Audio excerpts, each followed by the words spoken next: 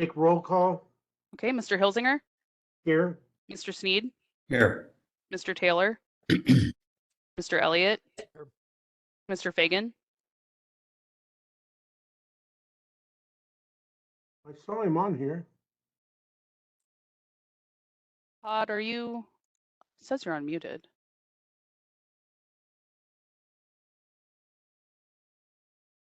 I see you saying that you're here, but something must be off.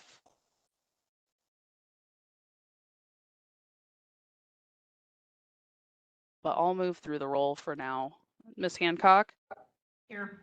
Mr. Cunningham? Here. So you have 7. We have 7. Okay. Meeting summaries. Do we need to do those?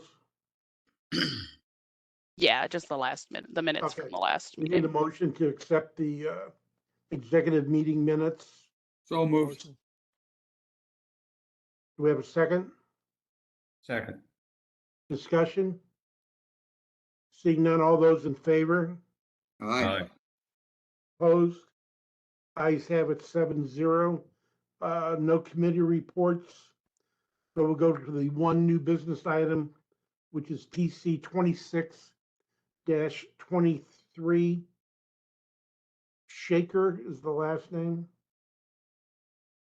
Good evening. PC 26-23 Kawa Shaker was a request for a change of zoning from the C2 shopping district to the C8 planned commercial district for a tract size of 0.33 acres located on the northwest side of Morganford, approximately 130 feet northeast of Sinwell Drive. Gretchen, can I interrupt you for a minute? Yeah. We do have a call-in user. If you called in with your phone for audio, can you unmute yourself? I think you should, or maybe you can't. I think it might be Paula.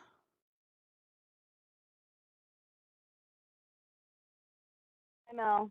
Hi, we can hear you now. I had to press *6 to unmute myself. It was really weird, Okay. even though I was unmuted. I had to So press *6. now that you're unmuted, it will just leave you unmuted. I don't know if there's going to be an easy way to go on and off mute. I Just wonder if so the you mute button works. If yeah, I maybe to try mute that. myself. But text me if you run into an issue. So then, Mr. Hilsinger, you have 8. 8, right. Sorry, Gretchen. Thank you. You're good. As the commission may recall, this from the public hearing, this site is located in South County, and to the right of the screen, the site is outlined in red. At the public hearing, the preliminary site development plan showed reusing the existing vehicle repair facility building and pavement, as well as proposed 22 parking spaces. This is parking that would would count towards the service bays and the inventory. 3 service bays would be used on the site. And then at the public hearing, the petitioner noted that they propose to have 7 to 8 vehicles on the site for sale. Staff is recommending approval of the vehicle repairs, but not for vehicle sales. The continued use of the site for a vehicle repair facility is reasonable at this site, as it has been developed with an auto-oriented service use since the 1960s, first as a service station and then subsequently as a vehicle repair facility. The C8 Planned Commercial District is an appropriate mechanism to ensure the vehicle repair facility is compatible with the other commercial uses along the corridor and nearby residences. The expansion of an automobile sales along the county's commercial corridors has potential to crowd out commercial uses that add vibrancy, and the sale of new or used vehicles is not suitable on sites of less than 1 acre in size. As the commission may recall from the public hearing, there are 3 sites in proximity to this petition site that allow vehicle sales on tracts that are less than 1 acre. 2 of those sites only permit the sale of vehicles and not repairs. And also 2 of those 3 sites have strict standards on the number of vehicles for sale on the sites, and both are currently out of compliance. We have seen from just past experience that it's difficult to enforce these limitations of vehicles for sale, which is why the staff is recommending to only approve vehicle repairs and not the sale of automobiles at this time, as there's no realistic way to consistently regulate the number of inventory vehicles parked on the site. So as staff is only recommending approval of vehicle repairs, some recommendations to the site development plan that we would like to see revised is a 6-foot tall site-proof fence around the trash and oil storage enclosures that we saw at public hearing. Staff is also recommending that no outside storage of any materials or they be enclosed by a site-proof fence as approved on the site development plan. Staff is also recommending that no temporary signage be permitted on site. And at this time, I ask for a recommendation of approval. I do also want to note that Mr. Bedell has joined the meeting, so there are All right, all so we 9 got 8 commissioners. or 9. All right, we need a motion. I'd like to make a motion of approval of the with the modifications. All right, do we have a second? Second. Discussion. Yeah, I'd like to just follow up on the change in zoning, the C8. And some of these recommended revisions certainly address some of the concern that we heard at public hearing. And yet, why would we not take this opportunity to look at the entire site, building, and what have you, to bring it up to what we would approve for any C8 new development?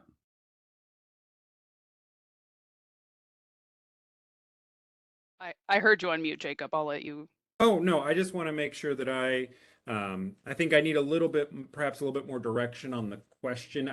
Because from a basic standpoint, when staff was looking at the request, we're looking at it also in that right now the use is permitted as it currently stands. So legally the use as vehicle service, even if the commission ultimately went the other way and recommended denial, they still have the right through the existing CUP to do vehicle service. So we want to make sure that we are mitigating some of the issues that we saw at the site and continuing to permit this use through this request. However, we also, because it's already permitted by right, we're also very cognizant of the limitations that local government has on requiring, full-scale redevelopment at this site, because it's been consistently used in its current configuration since the 1960s. We're really as a local government looking at a situation which our ability to extract significant changes to the site until and unless they make a significantly different request is somewhat limited. So that's some of the background as to why we tried to keep our conditions, relatively light touch for this petition. Okay, so what's the advantage then of granting a C8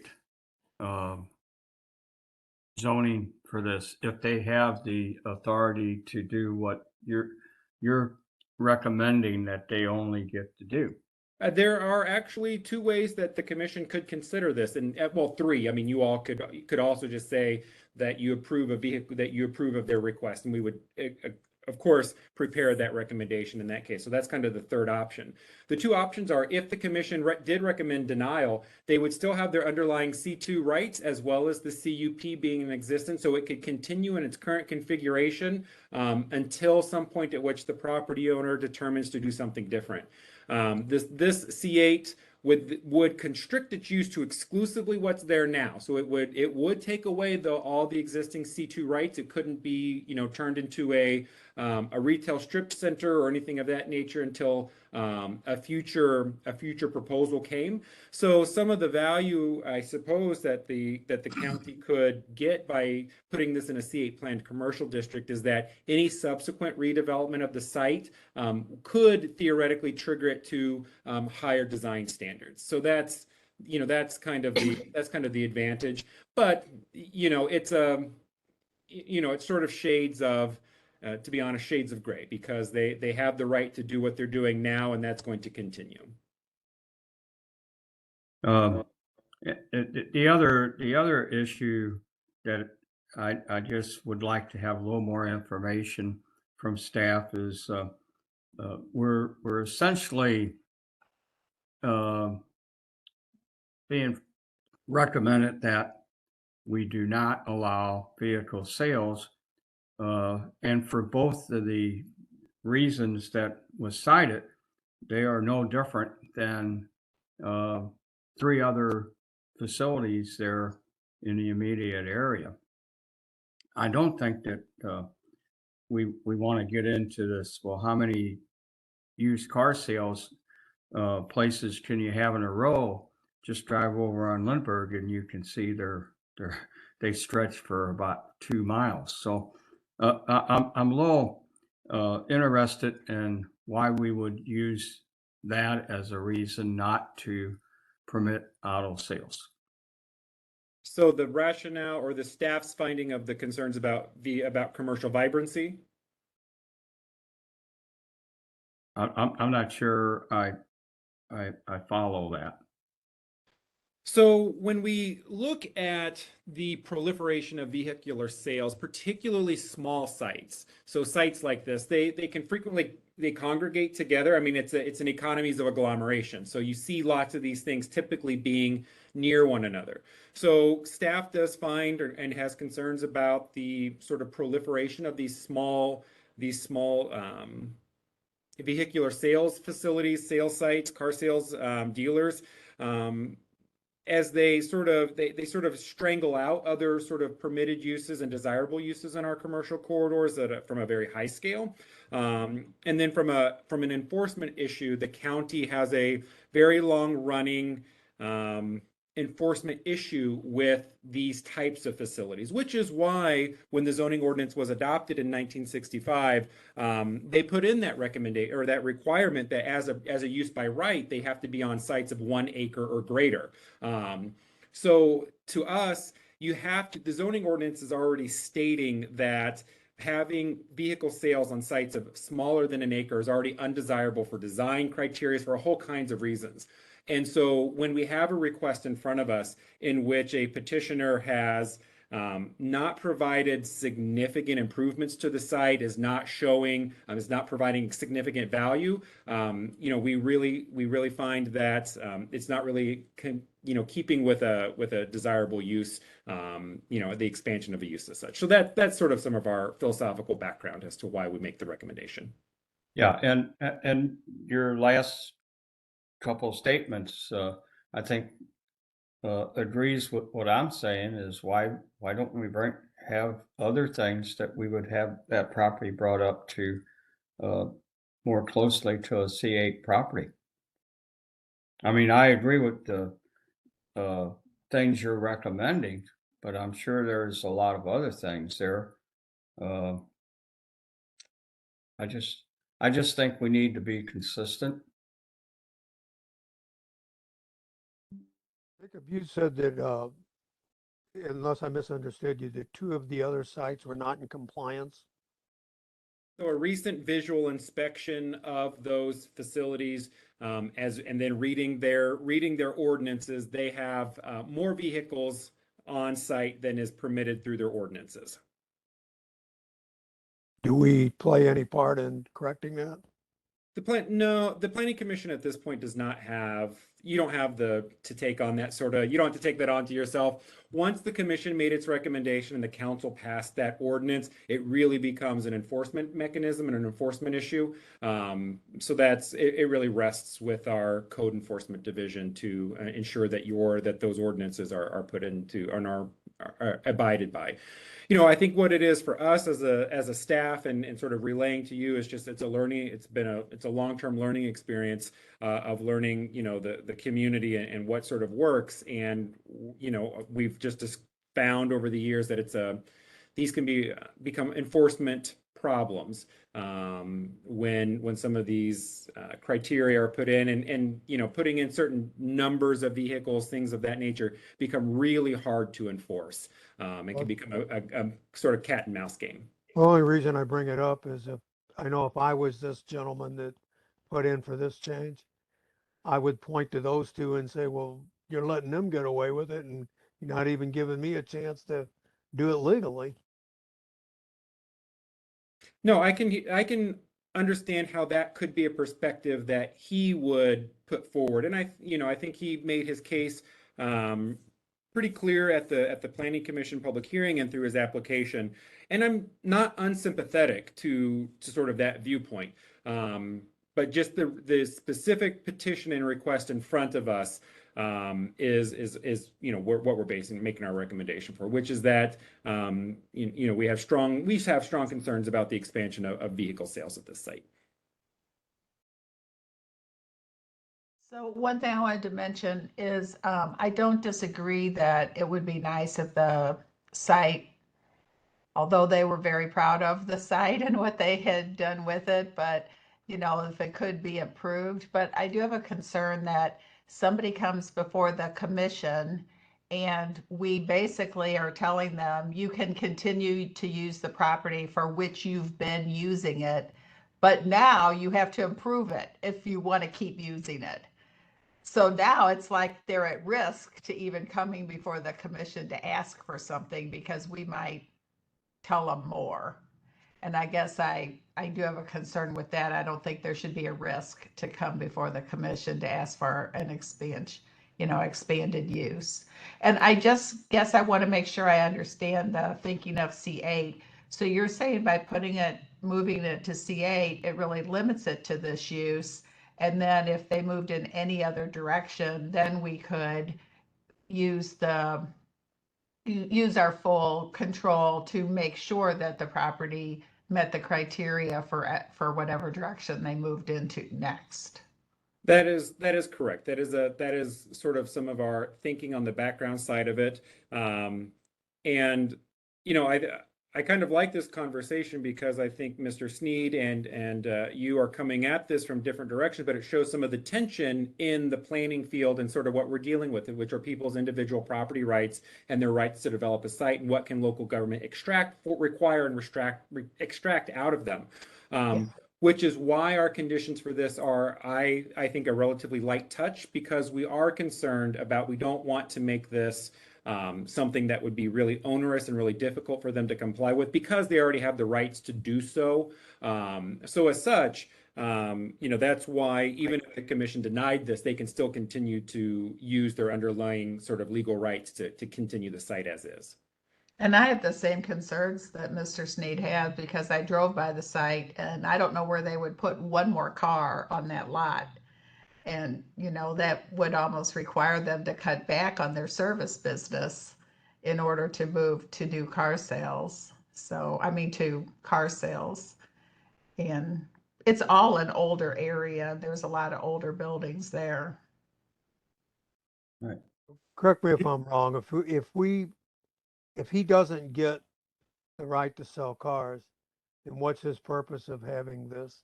Why don't he just leave it alone, leave it what it is? If he can already do what he's doing. That would be an option for him. An option for the petitioner would be that if this commission were to concur with staff's recommendation, they could come back and request, and of course you all could make your determination. They could request a withdrawal just to sort of leave them as they are. That would be an option that they could, that would be a remedy that they could exercise procedurally. You think he understands that, Jacob? That he understands that? Is he represented by counsel? They can explain that thoroughly to him. I definitely hope so. Mr. Shaker and I have had multiple conversations about the procedure that he's going through. I am more than happy to at least point out to him again his procedural rights subsequent to the commission's recommendation, whatever the recommendation is this evening. As the last comment from me, if we do approve a C8, then any of the approved C8 developments could move in there, and we wouldn't have any. The Planning Commission would not have any input to what that would be. That's the risk. If it was a recommendation for C8, I think we wrote the recommendation to be exclusively a vehicle repair facility. So any other use would have to come back as an amended development in the C8 district in front of the commission, where they would have to come back either if it was, complying with their public hearing notice, they could come back as a correspondence item in front of you someday, or B, as a complete, completely to come back in a new public hearing for a new development. So doing the C8 route does actually sort of restrict the uses at the site more completely than it does now, because it currently has all permitted C2 shopping district rights plus the CUP for the vehicle repair facility. Or it was the vehicle service station, which is old language that the zoning ordinance still uses. Yeah, so approving it strengthens us. Disapproving it helps him because then he can do whatever he wants with it up to a certain point. Within Whether- the bounds of the C2 district, yes. Yeah, but if we approve the C8, then we can hamstring it and say, no, it's got to be this, this, or this. That is correct. Within certain restrictions, but yes, basically that's right. See, I guess I'm gonna err on the side of the owner. I think the owner should be made aware of that, and if he wants to withdraw the petition and keep doing what he's doing, then fine. Is there a vehicle limitation now on the property for service repair? Mel, do you know if the CUP? No, but for a regular, vehicle service or vehicle repair facility, the required parking is based on the number of bays. So right now it has sufficient parking for the bays, the 3 bays that are there. How many cars sorry. Go ahead, Wayne. how many cars can he park on there then? Well, he's showing a 9x19 parking space, that there are 22 parking spaces that his engineer put on the site. Gretchen, would you go back to the I mean, the site plan? current situation.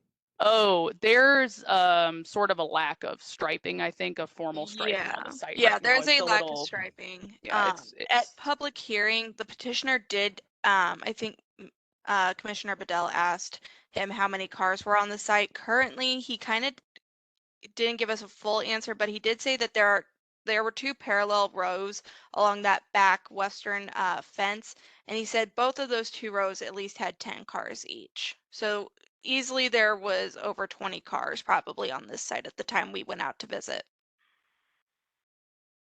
Okay. See, and I think that's where Mr. Fagan's still having some issues with his microphone, but he did put it into the chat that he was wondering the difference between a car on the lot to be repaired and a car on the lot to be sold. So right now he doesn't have the rights to have vehicles sold, but what he had shown when it was basically happening at the site was over where Gretchen's hovering the mouse was sort of the inventory storage area, and then vehicles to be serviced were more to the kind of southwest portion of the site. Good point. Yeah. Sorry, Mr. Sneed, I think I cut you off a little bit. And I think one of the differences too, Mel, correct me if I'm wrong, is that vehicle service does have a timeline stipulation on how long cars can be parked on site, whereas if you permitted That's vehicles correct. to be sold there, they could just sort of be warehoused there until the vehicles are sold. That's correct. Vehicles to be repaired can't be there for more than 72 hours. Right. And that is totally unmanageable. We all know that. And I would much prefer to see cars for sale because they're probably not got the hood up, the tires off, than ones that are there for service. Well, he is proposing to do both. His primary business. No, I Okay. understand that. Yeah, I understand that. But the argument I think I heard was that the used cars or the ones for sale would be detrimental to it. I think they would help.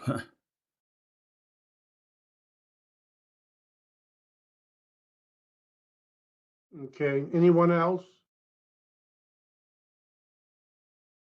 Seeing none, we have a motion on the floor to accept the staff's recommendations. All those in favor? Aye. Aye. Let's take roll call on this. Okay. Mr. Hilsinger, Yes, Mr. Sneed, No. Mr. Taylor, Aye, yes. Mr. Elliott, No, Mr. Fagan. Todd, you might have to put yours into the chat. I apologize. He said no. Ms. Hancock? was that a no? Todd was a no. Okay, Ms. Hancock? I'm abstaining. Mr. Cunningham? Yes. Ms. Hart? Yes. And Mr. Bedell? Yes, and can you say who sponsored it and who seconded the bill? So I had Mr. Taylor as the made the motion for acceptance of the staff recommendation and Ms. Hancock as the second. And did they both vote in the affirmative or? Mr. Taylor did and Ms. Hancock abstained, but I don't know if that I don't think the Okay. motion maker has to make the same. no, that has no bearing. Okay, never mind. Thanks. So I have motion- nope, no problem. The motion carries 5-3-1. And with that, we have no old business, no correspondence, no site plans. And we'll go to the good of the order. So we bring to you the second chapter in our what we're trying to make a monthly education series for the Planning Commission. This topic this month is lighting regulations. So Abby's gonna go through a bunch of information, and then we're happy to take any questions you have. Yeah, so as Mel said this evening, we wanted to give you an overview of the lighting regulations of the zoning ordinance, which is section 1003.169. So why do we regulate lighting? This graphic, which is from Noir Lab, shows the amount of dark sky visible in different stages of development.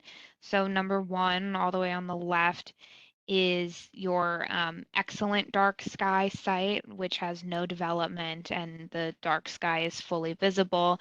And then it gets more urbanized to a fully developed downtown environment at number 8 and 9 with almost no dark sky visible. Unincorporated St. Louis County sits between numbers 5 and 7 on this graphic.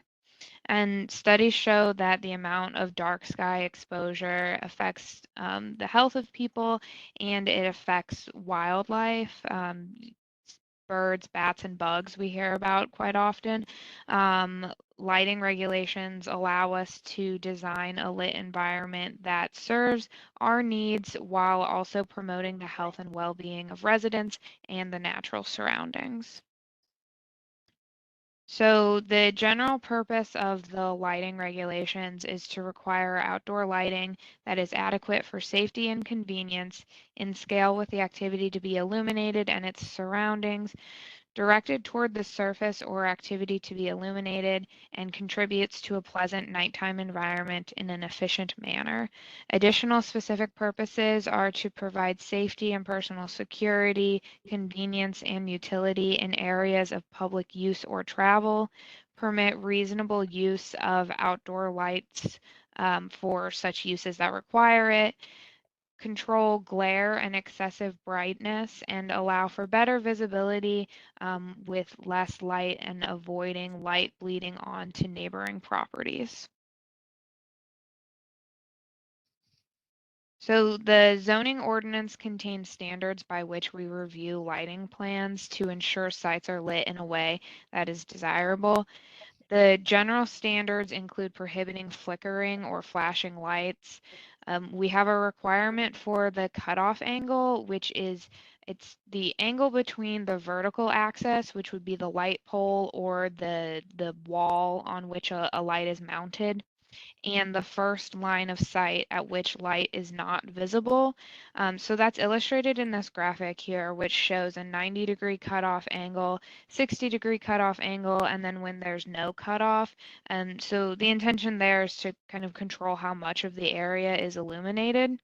And we require an 85-degree cutoff angle for all lights except for street lights. We also have restrictions on light pole height. So it's 16 feet for residential uses, 25 feet for all other uses. And in parking lots larger than 5 acres, they can be up to 35 feet. And then the other kind of general standard of note is this kind of dusk to dawn requirement. So parking lot lights need to extinguish on kind of automatically when there is sufficient daylight that makes the lights no longer necessary.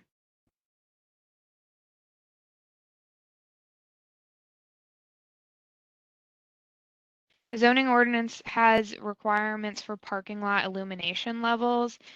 Illumination levels are measured in foot candles, and this is a measure of illuminance amounting to 1 lumen per square foot. So essentially, it's a measure of how bright the lighting is. The higher the number, the brighter the light. So the maximum level at property lines adjacent to commercial or industrial districts is 0.5 foot candles. The maximum level at property lines adjacent to residential, non-urban, park and scenic, or karst preservation districts is 0.1 foot candles. The maximum level measured 5 feet from the base of the light standard is 8 foot candles. And on lighting plans that we review, sometimes the professionals have provided, like they've drawn the circle themselves around the base of the light standard of 5 feet, but also with our digital plan reviewing software that we have, we're actually able to measure that distance ourselves and verify that on our own, which is great. And then the maximum level under canopies is 22 foot candles. So that's under your gas canopies or kind of entryway lighted canopy areas. And then the maximum level on the roadway right-of-way is 0.1 foot candles. This is for parking lot lights, not for your standard street lights. So street lights there are a couple different items that are exempt from the lighting regulations. Street lights, as I mentioned, lighting for single family residences, lighting for monuments, statues, or landmarks, sign lighting that is regulated in the sign regulations of the zoning ordinance, temporary decorative lighting or lighting for special events, and then lighting for FAA or federal and state agency regulated sites. So like the airport, a helicopter pad at a hospital, those are not subject to the zoning ordinance requirements.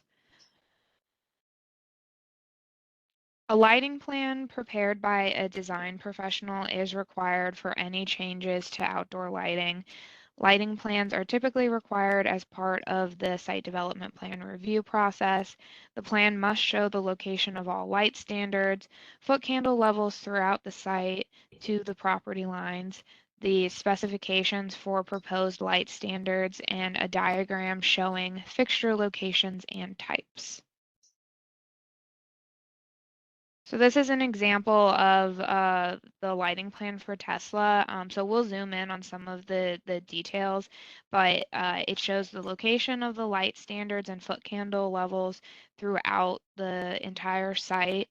On the right side are the lighting specs, and then in the lower left is a table for identifying the standard type and some additional information. And then one thing that was nice that they provided on this one is a rendering of what the site will look like at night. So this is just zoomed in so you can see some of the details closer. You can see the foot candle levels a little bit better, and you can see that it's 0 at that southern property line adjacent to the residences and along Boar Park. And then circled in black on the plan itself are the location of the various standards. And then there's the luminaire schedule, which tells you which type of light standard it is. In the lighting specs, it had more detailed information about those each proposed light standard? So the Planning Commission can recommend lighting regulations in excess of zoning ordinance requirements for planned districts, conditional use permits, and MXDs. Some things that can be regulated include the height of light standards. So often we require residential standards, so 16-foot standards in commercial development. On that Tesla plan, they were required to have 16-foot shorter standards closer to the residences.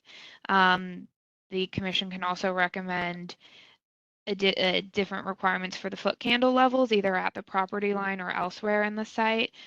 So you may recall the First Missouri Credit Union, there was a requirement for 0.0 foot candle measurement 20 feet from the eastern property line, which was adjacent to some multifamily residences.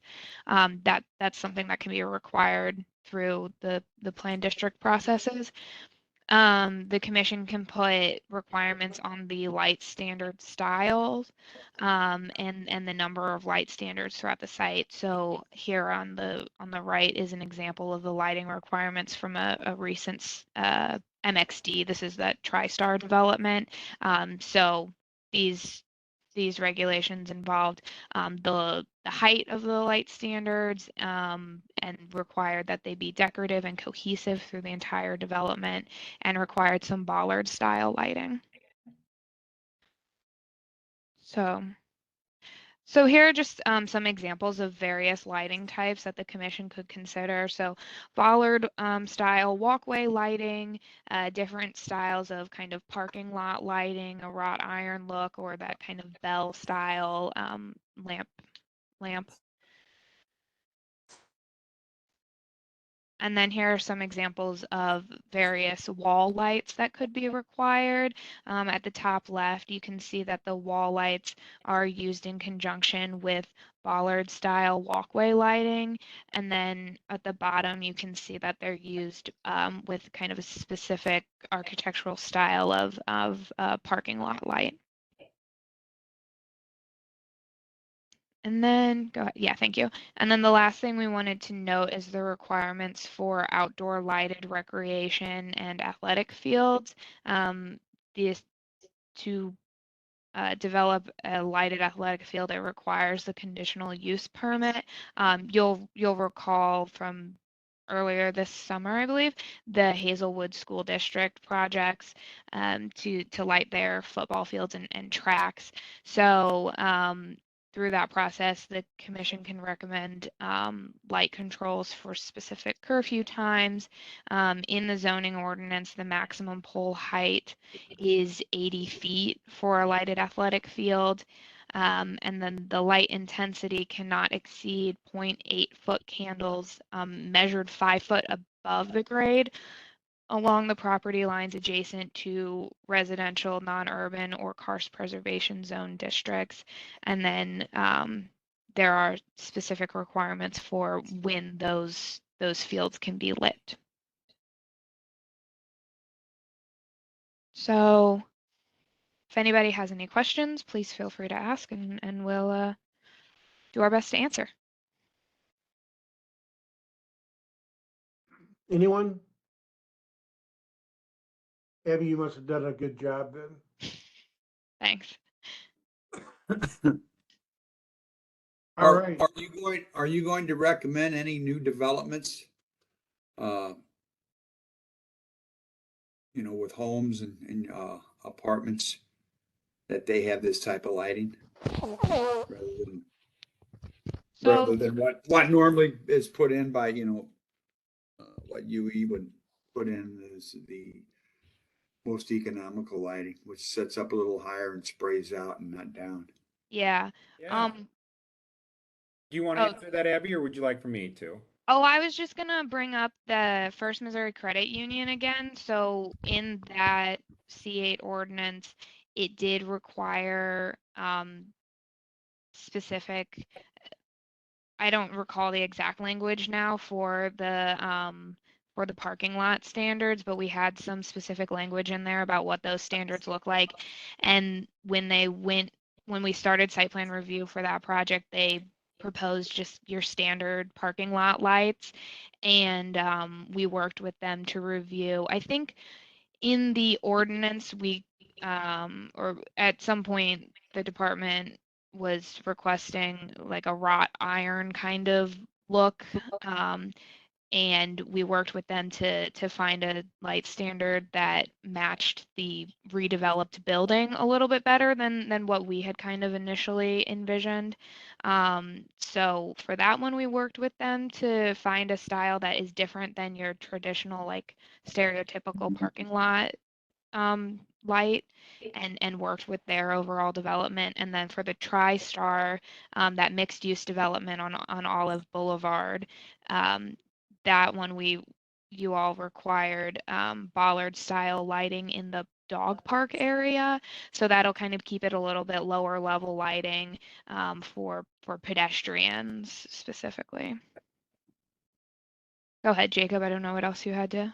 Oh, no, I was just going to say that from a general standpoint, we make recommendations for heightened requirements for lighting only in the cases where there's an obvious rationale for good planning practice to require it. It's not necessarily our role just to make it more restrictive just for the fun of making it more restrictive. There has to be a really tangible benefit, and there needs to be something for us to mitigate. So that's when you see us make those recommendations. We try to tie it to rationales as to why we would make those recommendations. Otherwise, we try to keep things as much as possible to the standard, so that everyone across the board are all the same, are all treated the exact same. Okay, anything else? Jacob, anything? I don't think so. Thank you. I just hope the commission finds these kinds of things valuable, and that we enjoy coming up with this kind of stuff, so that hopefully over time you all get more and more well versed with the various requirements of the zoning ordinance, and understand what staff is doing on a day-to-day basis. So Yeah, and I think if we have a public hearing in a week, if there's a topic that you want us to focus on, we can do that. Otherwise, we'll just be kind of churning through the zoning ordinance. Okay. Seeing nothing else, with that, we need a motion to adjourn. Move to adjourn. We have a second? Second. Discussion? Seeing none, all those in favor? Aye. Opposed? Ayes have it, 9-0, and we're out of here till when? A week Next from week. tonight at 7 in the chamber. And we have two petitions: Dogwood Social. We'll see everybody in person next week. Yeah. Mm-hmm. So All right, thank you. All right. All right. Bye-bye.